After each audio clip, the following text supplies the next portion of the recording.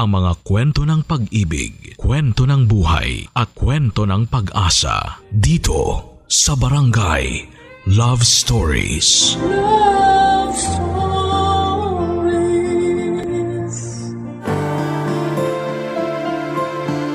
Malaki ang ginagampanan ng mga kapitbahay sa buhay natin. Silang mga saksi sa mga ordinaryong araw mo kung kailan mas totoo ka sa sarili mo. Ikaw kabarangay, naniniwala ka bang malaki ang epekto sa iyo ng kapitbahay mo? Dear Papa Dudut, ako nga pala si Celia, 30 years old. After 10 years ay kinailangan kong umalis sa nirerentahan kong kondo dahil gagamitin na raw yon ng may-ari. Kahit na anong pakiusap ko na mag-increase na lang ng upa ay hindi pa rin siya pumayag. Wala naman na akong nagawa, gustuhin ko mang magstay ay hindi na pupwede. Nalungkot ako dahil marami akong memorya sa kondo na yon. 2 karelasyon ang dumaan sa buhay ko sa mga panahong nakatira ko roon. Doon din kami madalas nagiinuman ng mga kaibigan ko dahil ako ang pinakamalapit sa mga tinutuluyan nila. Kaya naman masakit sa akin noon na umalis ng sapilitan. Nahirapan din akong makahanap kaagad ng matitirhan na swak sa budget ko at malapit sa trabaho. Hindi nagtagal ay nakahanap ako ng apartment, Papa Dudut. May kalayuan sa trabaho pero mura naman ang upa. Pansamantala lang naman yon. Yon ang iniisip ko. Minamadali na rin kasi ako ng dating landlord ko kasi kailangan na rin nilang lumipat doon sa mismong kondo na nirerentahan ko. Yun ang dahilan kung bakit kinailangan kong lumipat. Kailangan na kasi nilang gamitin ang unit nila. Nakalipat naman ako kaagad at minadali ang pag-aayos ko dahil 2 araw lang ang kinuha kong leave sa trabaho para matapos ang paglilipat ko. Malaki naman ang apartment na nahanap ko. Pero hindi talaga ako masaya, Papa Dudut. Mag-isa ko lang na inasikaso ang lahat. Nilabanan ko ang lungkot at katamaran para matapos na ako. Pahinto-hinto ako noon lalo kapag naaalala ko ang dating kondo na tinutuluyan ko. Alam kong mamimiss ko yon noon lalo na ang mga ka-floor ko na nakasundo ko na at naging kaibigan. Yon ang higit na nagpalungkot sa akin.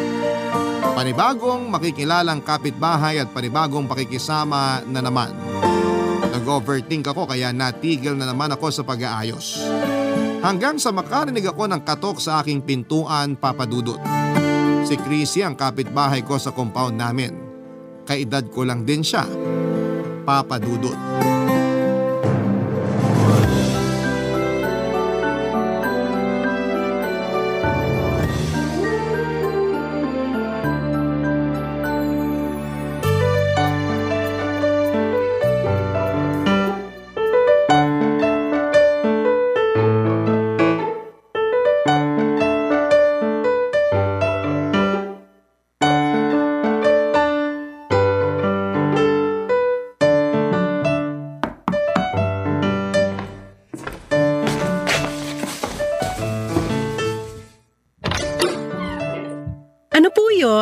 Hi!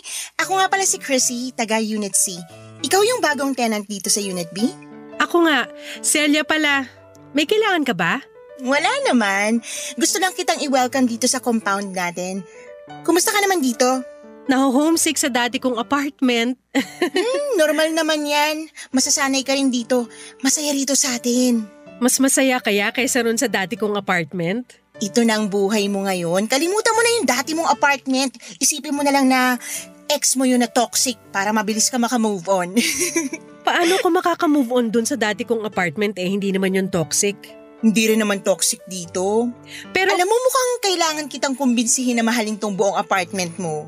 Paano mo naman gagawin yan? Kung nakita mo lang yung itsura ng dati kong apartment, maiintindihan mo ko. May sarili namang ganda ang apartment mo. Tingnan mo nga, ang lawak ng space mo. Maganda pa ang tama ng araw dito sa bintana mo sa sala. Masarap magkape at magmuni-muni dito ng 2:00 ng hapon tapos nakatulala ka lang sa bintana. Promise!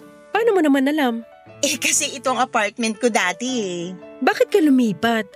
Siguro ang daming problema sa apartment na to. Sabi ko na mali ang desisyon kong lumipat dito. Ay, walang problema dito. It's not the apartment. It's me. Para ka naman nakipaghiwalay sa apartment na to sa linya na yan. Kailangan ko lang lumipat kasi kasama ko na yung kapatid ko rito. Kailangan namin 2 kwarto eh. Kung ako lang masusunod, ay, hindi ko talaga to bibitiwan. Ganun ako kaklingi sa apartment na to dati. Pero sana naka-move on ka na sa apartment na to ha? Kasi sa akin na siya. Hindi na siya babalik sa'yo. Ay nako, naka-move on na ako. Tanggap ko ng 2 taon lang ang pagsasama namin. Nakakatawa ka naman. Ay, 40 ko magpatawa ng mga namamahay sa apartment nila dito. Sige nga, kumbinsihin mo pa ako kung bakit dapat akong tumira rito. Para hindi na ako mamahay. Magandang bintana mo sa kwarto maliwanag talaga kapag umaaraw. Tsaka, laging may mga ibon sa dirty kitchen mo nakadikit ng kwarto mo. Makikita mo sila tuwing nagigising ka sa umaga. Kaya, kung ako sa'yo, bili ka ng bird seeds para lagi ka nilang dalawin sa umaga. Noted dyan. At kung kailangan mo na makakasama dito sa apartment mo habang namamahay ka, nasa kabilang unit lang ako. Kumato ka lang, sasamahan kita magkape rito. Tumulala tayo sa bintana mo tuwing 2:00 ng hapon. Habi ko pa namang tumulala. Magkakasundo tayo dyan. Nabuhay ako para tumulala. May kape ako rito. Baka gusto mong simulan ng tumulala. Nako, gusto ko sana kaso paalis na rin ako eh. Makiki-birthday ako sa kapatid ng ex ko. Ay, baka magkaroon kayo ng second chance ha? Uy, hindi na uy. Yung ex ko na yun ang nakasama ko rito sa apartment mo. Nag-live-in kami tapos nung hiniwalayan niya ako, lungkot-lungkutan ako rito. Hindi ako makatulog. Para ako namamahay bigla. Tinuring mo sigurong tahanan ng ex mo. Kaya ka namahay nung nawala siya. Correct. Ay, gusto talaga kita makatsikahan ngayon kaya lang kailangan kong pumunta sa birthday ng kapatid ng ex ko. Kailangan ba talaga? Bakit ka pupunta? Para ipakita sa kanya na pantay na ang kilay ko. Thank you, 3D microblading na hulugan. Kung gusto mo lang pumunta para may patunayan sa kanya, wag na lang. Papatunayan ko na lang sa'yo na masarap ako magtimpla ng kape. Halika, samahan mo ko. Bigyan mo pa ako ng dahilan para magstay dito.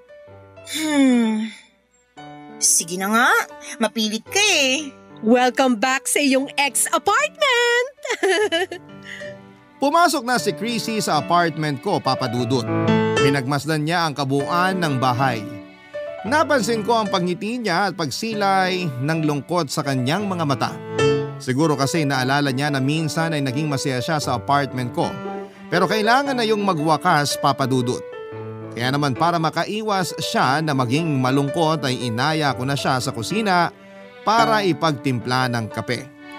Nagkwentuhan kami pansamantala tungkol sa mga niluluto nilang dalawa ng ex niya. Marami pa siyang ibang nakwento tungkol sa ex niya. Nakinig naman ako dahil yon ang paraan ko para kahit papaano ay makalimutan kong malungkot din ako dahil sa pamamaalam ko sa dating kondo ko. Noong natapos na akong magtimpla ay inaya ko na siyang bumalik sa sala para doon higupin ang kape, Papa Dudut. Natuwa siya sa kape na tinimpla ko.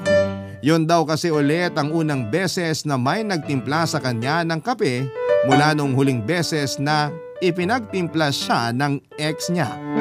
Ramdam ko kung paano siya magkwento. Meron pa rin siyang pagmamahal sa ex niya. O pwede rin na baka dahil nanunumbalik lang ang mga ala-ala noong pumasok siya sa apartment ko. Iniba na rin niya ang topic nung makahalata na siyang puro tungkol na lamang sa ex niya ang binibida niya. Nag-share siya sa akin ng mga masasarap na kainin malapit sa area namin at mga laundry shop dahil mukha raw akong hindi naglalaba. Natuwa akong kausap si Chrissy, Papa Dudut. Masayahin siyang tao at alam kong makakatulong siya para masanay na ako sa bagong apartment ko. Naisip ko na si Chrissy ang pwedeng maging daan para ma-inlove na rin ako sa bagong tinutuluyan ko. Mula noon ay naging magkaibigan na kami. Tuwing may oras si Chrissy ay dinadalaw niya ako sa apartment ko. Lagi ko siyang pinagtitimpla ng kape at sabay kaming tumutulala sa bintana sa sala. Totoo ang sinasabi niya. Maganda ang pasok ng liwanag sa bintanang yon. Pagdaan ng mga araw, kahit papaano ay nabawasan na ang lungkot ko. Naisip ko na maganda rin naman ang pagbabago. At maganda rin nakahanap ako ng kaibigan sa katauhan ni Chrissy.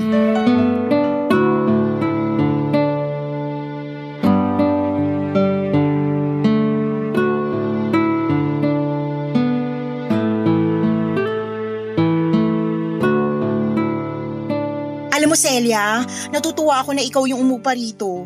Meron kasi yung isa na nag-inquire dito. Ang daming alagang pusa. Hindi ka ba mahilig sa pusa?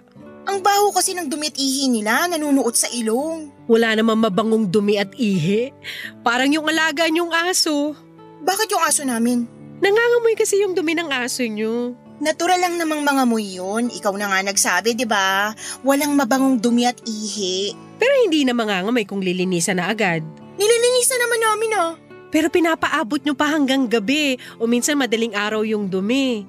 Nakailang balik na yung mga langaw sa mga dumi na yon pero hindi nyo pa rin nalilinis. Hindi naman kasi lahat ng tao may time maglinis ng dumi ng aso, no? Kaya siguro may mga tao na hindi nag-aalaga ng aso para hindi na kailangan maglinis ng dumi. Paano naman ang proteksyon ng compound natin? Sino yung mangangagat ng mga magnanakaw o tatahol sa trespassers? Ang mga aso, hindi lang sila mga bantay para sa mga masasamang loob. Alaga sila at parte ng pamilya. Nangaral pa. Naku, hindi naman. Buti nga nabanggit mo yung tungkol sa mga dumi. Chrissy, paano kaya kung pagkadumi ng alaga niyong aso, walisan na agad? Para hindi natambayan ng mga langaw. Tsaka para hindi rin nangangamoy. Parang ang hirap naman ang pinapagawa mo. Paanong mahirap? Wala pang 5 minuto yung pagwawalis. Alam mo namang mas madalas dumumi ang aso sa isang buong araw kaysa sa tao. Gusto mo ba oras-oras ay bantayan namin yung pagdumi niya para mawalis na namin agad? Busy din naman kami sa buhay. Hindi ko naman sinasabing bantayan yung oras-oras. Kaya lang sana, malinisan agad yung dumi at wag nang hintayin na sa gabi nyo pawawalisan. Minsan kasi natapakan ko nung papunta ako ng trabaho. Kasalanan siguro ng dumi, no? Kasi di siya umilag at nag-adjust sa'yo. Kasalanan ko pa pala na may pakalat-kalat na dumi ng alaga nyo sa dinadaanan natin. Bakit ka sarcastic? Di ba ikaw din naman? Pero mas masakit yung pagiging sarcastic mo. Kung nasaktan man kita, sorry. So ano nang gagawin natin sa dumi ng aso nyo? Ipapawalis ko sa kanya, siyang dumumi. Akala ko naman tapos na tayo sa pagiging sarcastic. Mauna na pala ako, mamamalengke pa pala ako. Kakapunta mo lang sa palengke kanina. Babalik ulit ako. Bibili ako ng maraming wale, supot at dustpan para malinisan ko na yung dumi ng aso namin. Si Chrissy naman?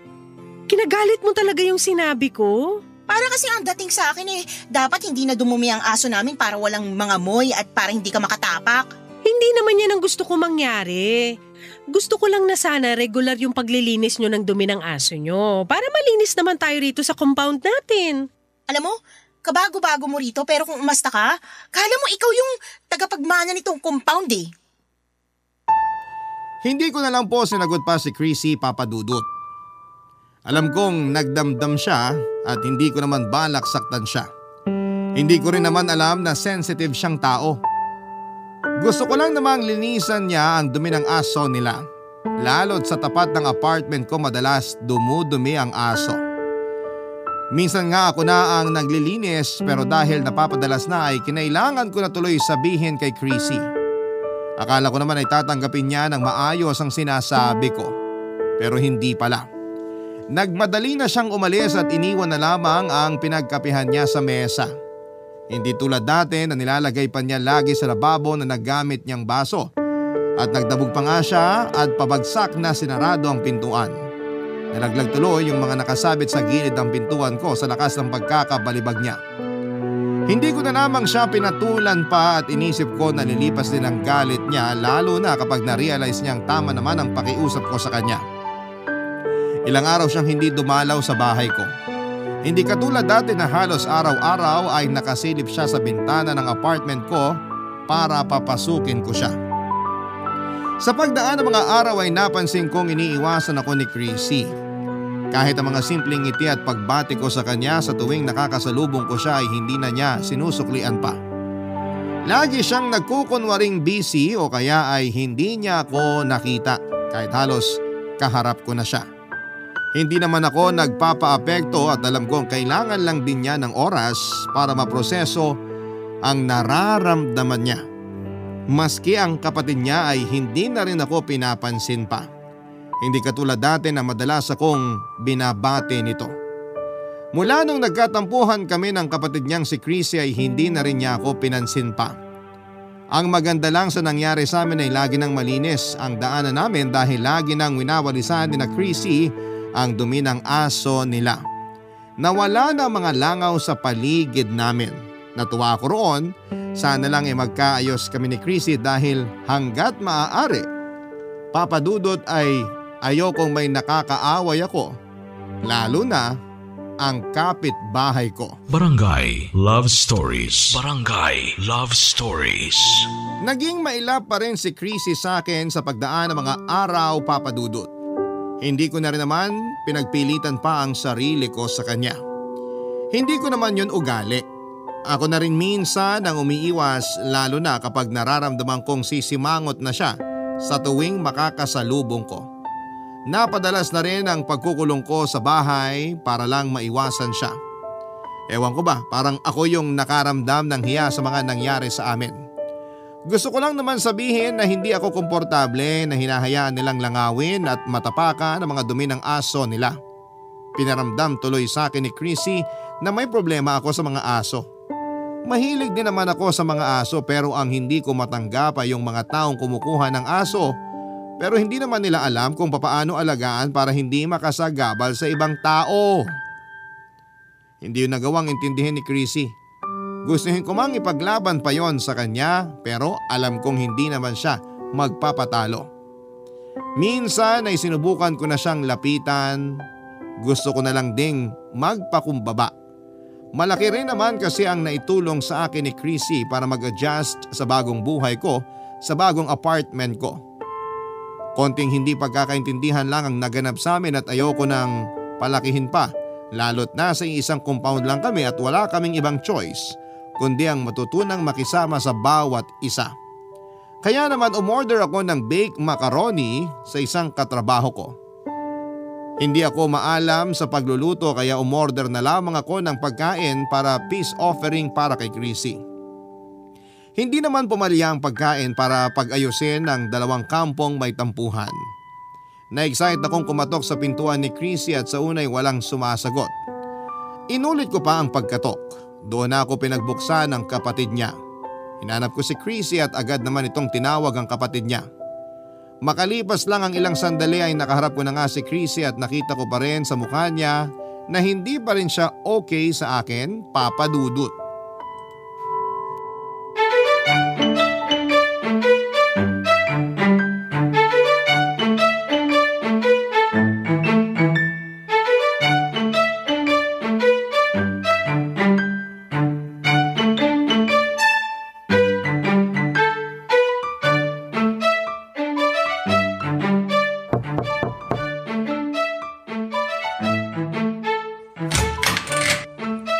Dumumi na naman ba yung aso namin sa tapat ng bahay mo? Hindi naman.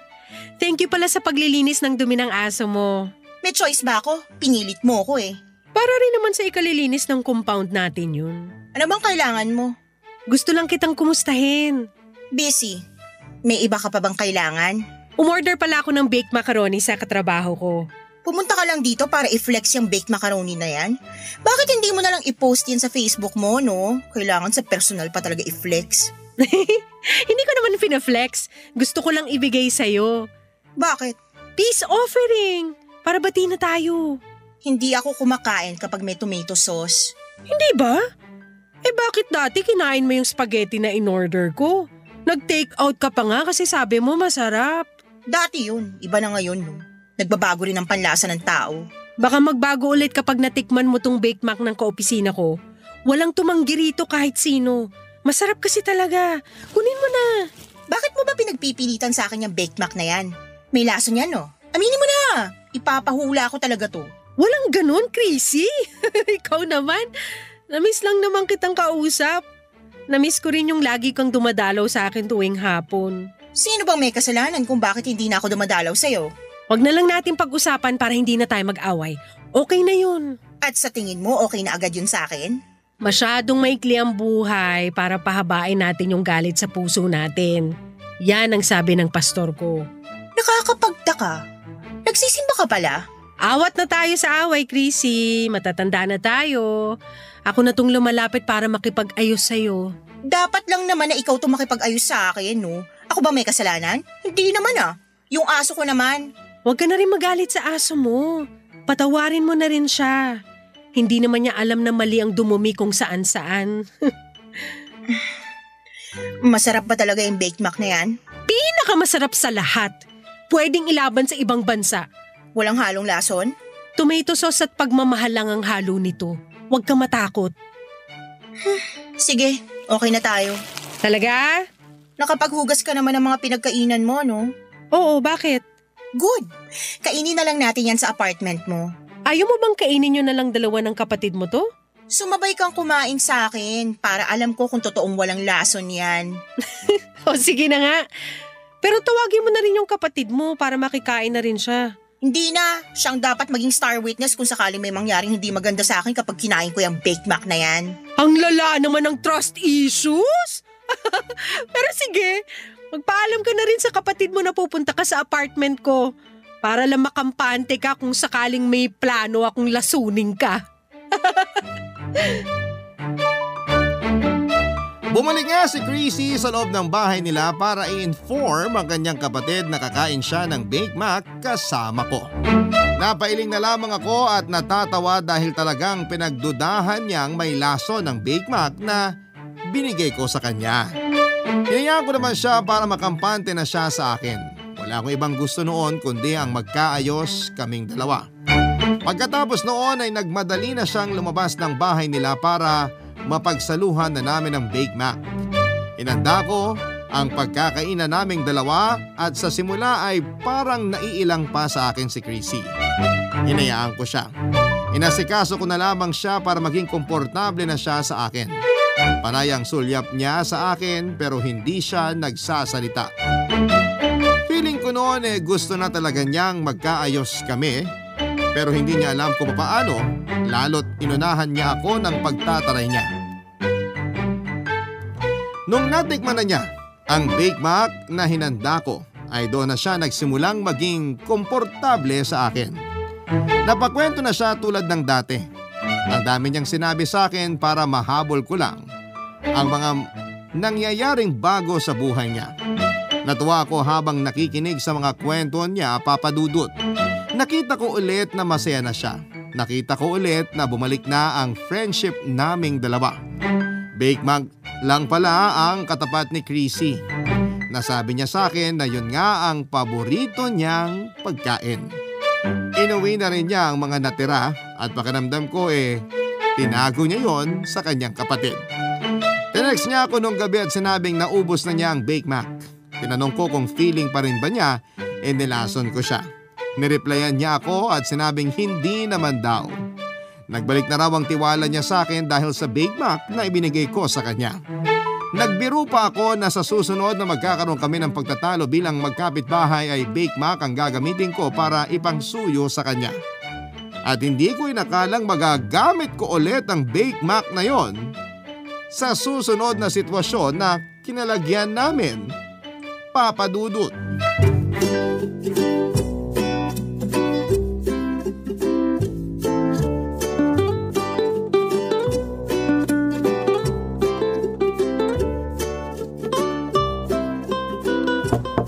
Chrissy, andyan ka ba? Oh, Celia! Kailangan mo na ba yung hiniram kong kawali mo? Nakababad pa kasi sa tubig Hindi ko matanggal yung bakas ng tusino. Idaan ko na lang mamaya pag nahugasan ko na ha. Ay, hayaan mo na. Meron pa naman akong extra na kawali. Kung gusto mo sa inyo na yan. Luma na rin naman Yayamanin, namimigay ng kawali. Bakit ka nga napadaan? Umorder ulit ako ng baked mac sa kaopisina ko. Na naman? Kasi kailangan niya ng pera para sa birthday ng anak niya. Kaya napabili ako ng wala sa oras. Sa birthday nga ng kapatid ko, subukan kitang bentahan ng sobra naming paracetamol. Pagkakitaan Pakikitaan kita minsan. Che, regaluhan na lang kita ng Bake Mac sa birthday mo. Promise. O ito na, kunin mo na to. Sure ka ba? Parang ang dami naman itong Bake Mac. Gusto mo hati na lang tayo? Di ko rin naman mauubos to kasi nasobrahan na ako kanina sa tosino.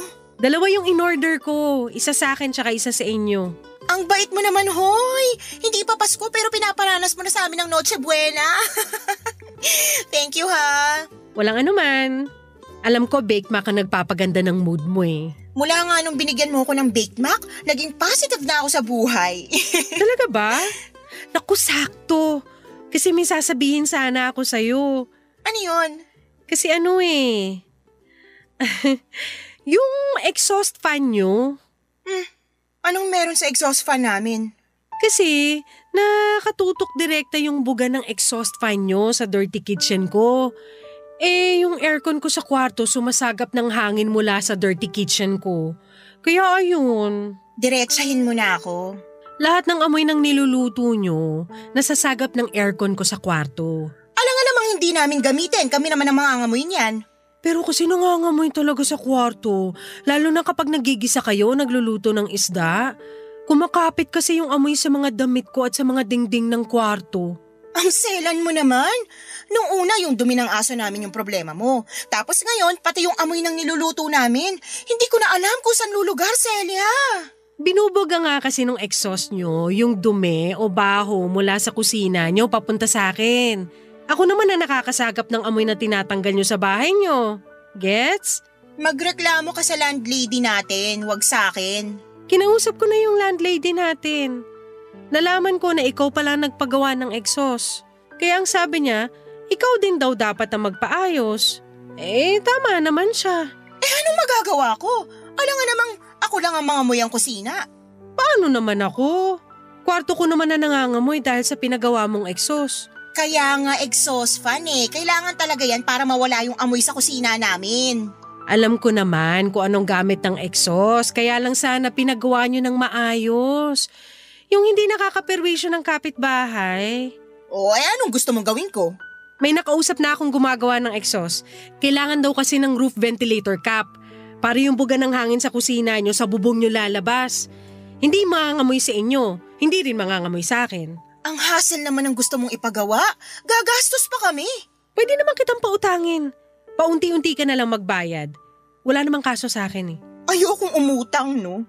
Baka naman pwedeng hindi ka na lang mag-aircon para hindi nasasagap sa kwarto mo yung amoy ng kusina namin. Malabo naman yun. Ang init sa kwarto ko. Tsaka alam mo naman night shift ako. Sa umaga at tanghali ang tulog ko. Yun pa naman ang oras na nagluluto kayo. Mabilis kasi ako magising eh kapag may hindi ako nagugustuhan na amoy. Alam mo, dapat sa'yo walang kapitbahay. Hindi ka marunong mag-adjust? Chrissy, sinusubukan ko namang mag-adjust pero mali naman kasi yung exhaust fan mo. Kasi nga nakatutok sa apartment ko. Pwede mo namang gamitin yung exhaust fan mo pero pagawan mo ng tamang ventilation para hindi ako yung nakakasagap ng baho ng kusina mo! Hindi na ako nakapagpigil pa, Papa Dudut.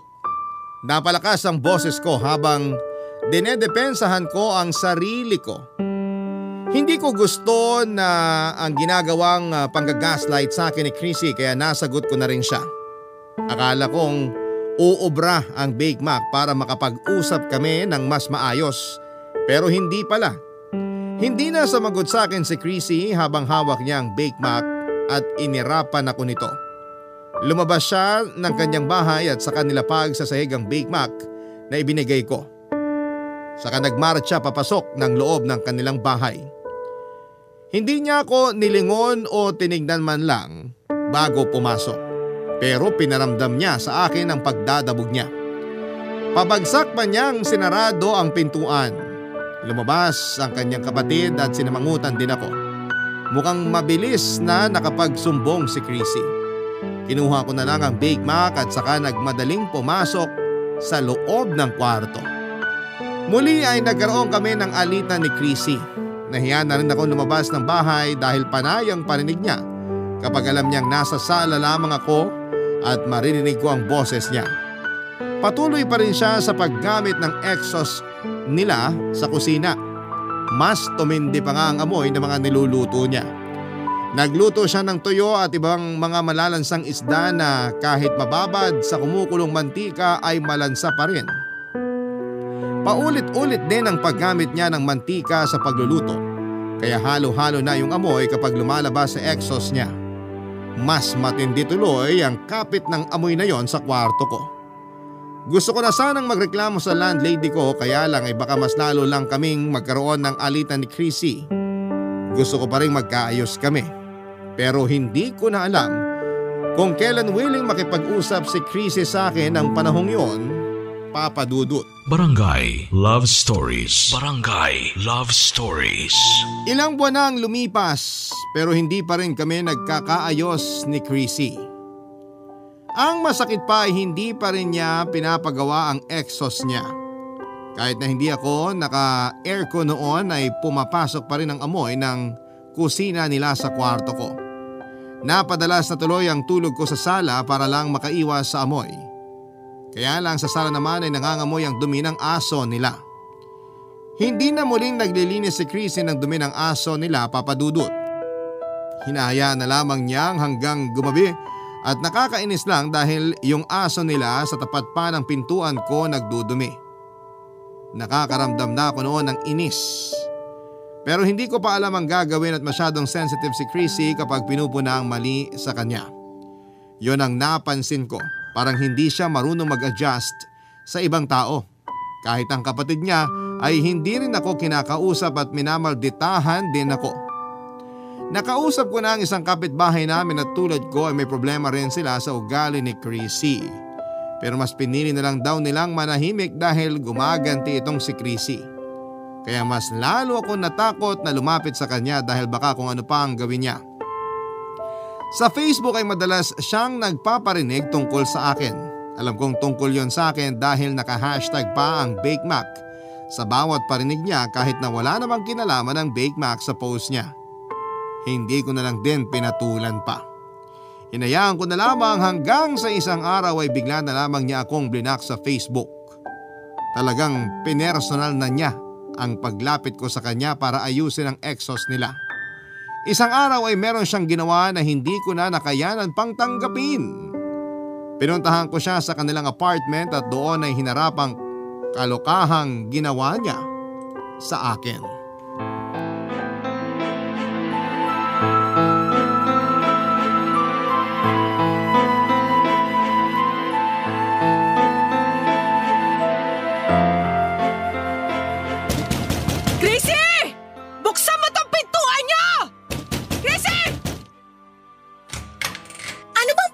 Mo? Gusto mo bang gibain tong pintuan ko, ha? Magpaliwanag ka sa akin! Eto na naman po si babaeng kailangan lagi ng paliwanag. Diyos me, umay! Huwag mo ko dinadaan sa ganyan, ha? Hindi na ako natutuwa sa'yo! Bakit? Sa tingin mo natutuwa ako sa'yo? Pag-usap tayong dalawa! Hindi na makatarungan tong ginagawa mo! Pinalagpas ko na yung mga dumi ng aso mo sa tapat ng pintuan ko. Hinayaan ko na rin magbuga na mabawang hangin ng exhaust fan nyo. Oh, edi thank you, kamahalan. Isang malaking karangalan na nag-adjust ka sa dumi ng aso at kusina ko. Kailangan ko ba tanawin to bilang utang na loob? Tapos ganyan ka pa kung magsalita? Hindi talaga uso sa'yo mag-adjust, no? Kapag nasasabihan ka na mali, gumaganti ka? Anong klase pag-uutak ka meron ka? Alam mo, wala akong time makipag-diskusyon sa'yo. Mag-usap tayo! Pupuno na ako sa'yo! Ano na naman ba kinakagalit mo? Ano na naman bang irereklamo mo ngayon? Marami bang banyo mo? Ako na naman ba may kasalanan? Marami ka bang labahin ngayon? Ako pa ulit ang may kasalanan? Bakit mo sinabi sa mga nagde-deliver ng parcel na patay na ako? Ah, yun ba? Hindi yata kami nagkaintindihan eh. Bakit kailangan mo sabihin yun sa kanila? Kailangan ko ang mga parcel na yon! Ayaw na nilang i-deliver dahil sinabi mo matagal na akong patay sa mga rider. Anong klase pag-uutak kayang Chrissy? Ginawa naman nilang literal yung ibig sabihin ng patay. Gusto ko lang iparating sa kanila na para sa akin, patay ka na. Hindi ka na nag-e-exist sa buhay ko. Ganun lang kasimple. Mali ko ba kung ginawa nilang literal? Silang may mali. Laging mali ang ibang tao, no? Pero ikaw ang perfect mo. Hindi ka pwede magkamali. Mali naman kasi sila talaga. Bakit nila ginawang literal yung sinabi ko? Sinabi mo sa kanila na i-cancel ng account ko kasi may gumagamit para mang-scam ng mga rider? Paano mo to didepensahan ngayon, ha? Aba, malay ko ba kung may gumagamit ng account mo para manloko ng riders? Talamak pa naman ngayon yung ganyan. Nakakaawa yung riders. Sinabi ko lang yon para makapag-ingat sila. Talaga ba, Chrissy? Baka naman sinabi mo yun dahil sa galit mo sa akin. Pwede rin. Talagang ganyan ang ugali mo, no? Ayaw mo na magbago? Magbabago lang ako kapag alam kong may natatapakan na akong tao. Ilang beses mo na akong tinapakan! Malateleserye naman ang linya mo na yan. Hindi ako nakikipagbiroan sa'yo! Hindi rin ako nakikipagbiroan sa'yo. Ang hirap mong maging kapitbahay! No wonder kahit yung nasa kabilang unit, ayaw ka rin kausapin dahil sa kagaspangan ng ugali mo! Nabigla si Chrissy sa mga sinabi ko. Hindi na rin kasi ako nakapagpigil pa. Ang mga parcel ko na pinakancel ni Chrissy ay mga kailangan ng tatay ko para sa pagpapagamot niya. Yun lang naman ang hinihintay kong dumating bago ako umuwi sa probinsya namin para personal ko yung dalhin. Sinubukan kong tawagan ng rider para ipa-deliver ulit sa akin pero na-cancel na raw yon at wala na siyang magagawa pa. Sinubukan kong i-order ulit pero aabutin muli ng 2 linggo bago makarating sa akin dahil galing pa yon sa ibang bansa. At pre-order yon. Hindi ko sinabi yon kay Chrissy dahil mas nauna yung galit ko sa kanya. Mangiyak-ngiyak akong pinaliwanag sa nanay ko ang nangyari. Mas lalo akong naiyak, lalo't naramdaman ko ang lungkot sa boses ng nanay ko. Naghalo-halo na ang galit, lungkot at inis. Hindi ko kayang patawarin si Chrissy sa ginawa niyang ito sa akin. Ang masakit pa ay hindi man lang niya nakitang mali ang ginawa niya. Kaya naisip ko na rin gumanti sa kanya. Baka sakaling makaramdam siya. Baka sakaling maintindihan niya ang pinanggagalingan ko. Hindi na ako pumayag na ako lang ang gagawa niya ng masama. Handa na rin akong labanan siya. Sa tuwing dumudumi ang aso niya sa tapat ng pintuan ko ay nililipat ko yon sa tapat ng pintuan nila. Pinasarhan ko rin ang exhaust fan niya mula sa dirty kitchen ko.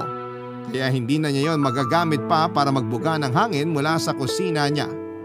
At ang pinakahuli ay kinausap ko rin ang mga nagdi-deliver ng parcel niya para sabihing scammer siya. Nabantuloy siya. Nakarating ito sa kanya at narinig ko na lamang ang malakas na pagkatok niya sa pintuan ko. Hindi ko kagad yon binuksan para sumakit ang kamao niya. Nang magpasya na akong pagbuksan siya ay nakita ko ang mukha niya na namumula na sa galit kasing pula ng kamao niyang napagod sa kakakatok papadudot.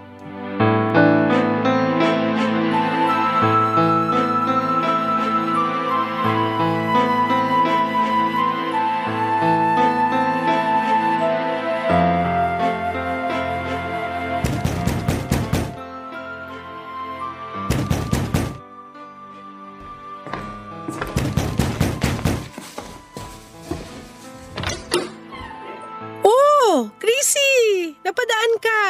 May kailangan ka ba? Isang slice ng Bake Mac? Kanina pa ako kumakatok sa pintuan mo. Ba't di mo agad binuksan? Nasa kwarto kasi ako. Ini-enjoy ko yung amoy. Sa wakas, hindi na amoy mantika na isang buwang paulit-ulit na ginagamit. Paanong di babango ang kwarto mo? Pinabarahan mo yung exhaust ko. Kinausap naman kita ng maayos dati pero pinalala mo pa yung paggamit ng exhaust. Ang hirap ma-immune sa amoy ng mga niluluto mo. Ang baho! Ano bang niluluto mo? Yung dumi ng aso nyo? Makapanglait ka yan? Di ka nga marunong magluto. Lagi ka nagpapadeliver. Wala ka nang pakialam kahit 100 years ako magpa-deliver ng pagkain ko. Bakit ikaw ba ang gumagastos? Ikaw ba itong naaabala? Hindi naman, di ba? Inaabala mo ko sa pagpapasara ng exhaust ko? Alam mo ba kung gaano kabaho ngayon ang kusina ko? Kung ano man ang amoy ng kusina mo ngayon, ganyan din ang amoy ng kwarto ko noon. Enjoy! Hindi ka talaga pwede makausap ng maayos, no? Di ba ganito ka rin naman makipag-usap sa akin noon? At bakit kailangan mong ilagay ang dumi ng aso ko sa tapat ng pintuan ko? Sa tapat ng pintuan mo dumumi ang aso ko Na dapat namang nililinisan mo, di ba? Winalis mo nga, pero dinala mo naman sa tapat ko. Kung maayos kang kapitbahay, sana pagkawalis mo, dinakot mo na para itapon sa basurahan. Pwede mo namang hiramin yung dustpan ko Bakit ako magdadaspan? Sigurado ko hindi ko naman aso yan. Kala ko ba pet lover ka? Oo, pet lover ako. Hindi ko naman sinasaktan ng aso mo sa tuwing dumudumi siya sa pwesto ko. Wala naman siyang alam dun. Kaya binabalik ko lang sa'yo yung dumi. Kasi mas may isip ka kaysa sa aso mo. Alam mo na dapat responsibilidad mo ang dumi ng aso mo. Tamad ka lang kamo na magwalis ng dumi ng aso. Ano bang tamad? Winalis ko naman ang dumi ng aso mo.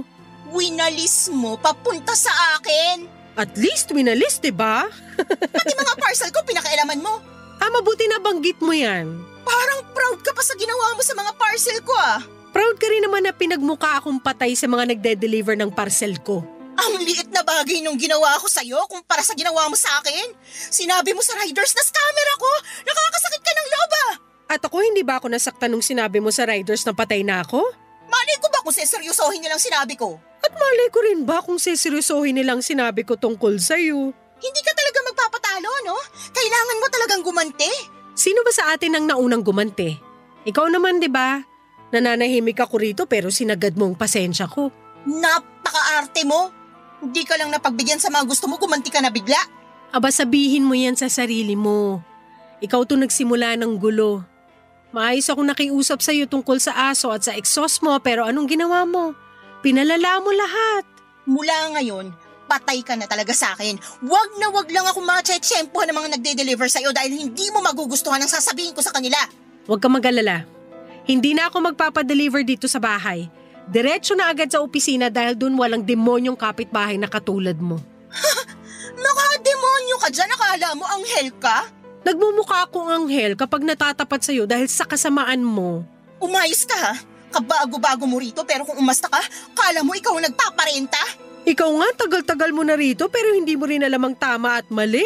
Eh di ikaw na ang perfect, ikaw na ang magaling makisama. Magaling talaga ako makisama. Hindi katulad mo. At mula ngayon, magkalimutan na tayo. Kalimutan mo na rin ang Bake Mac na pinangako ko sa birthday mo. Tche!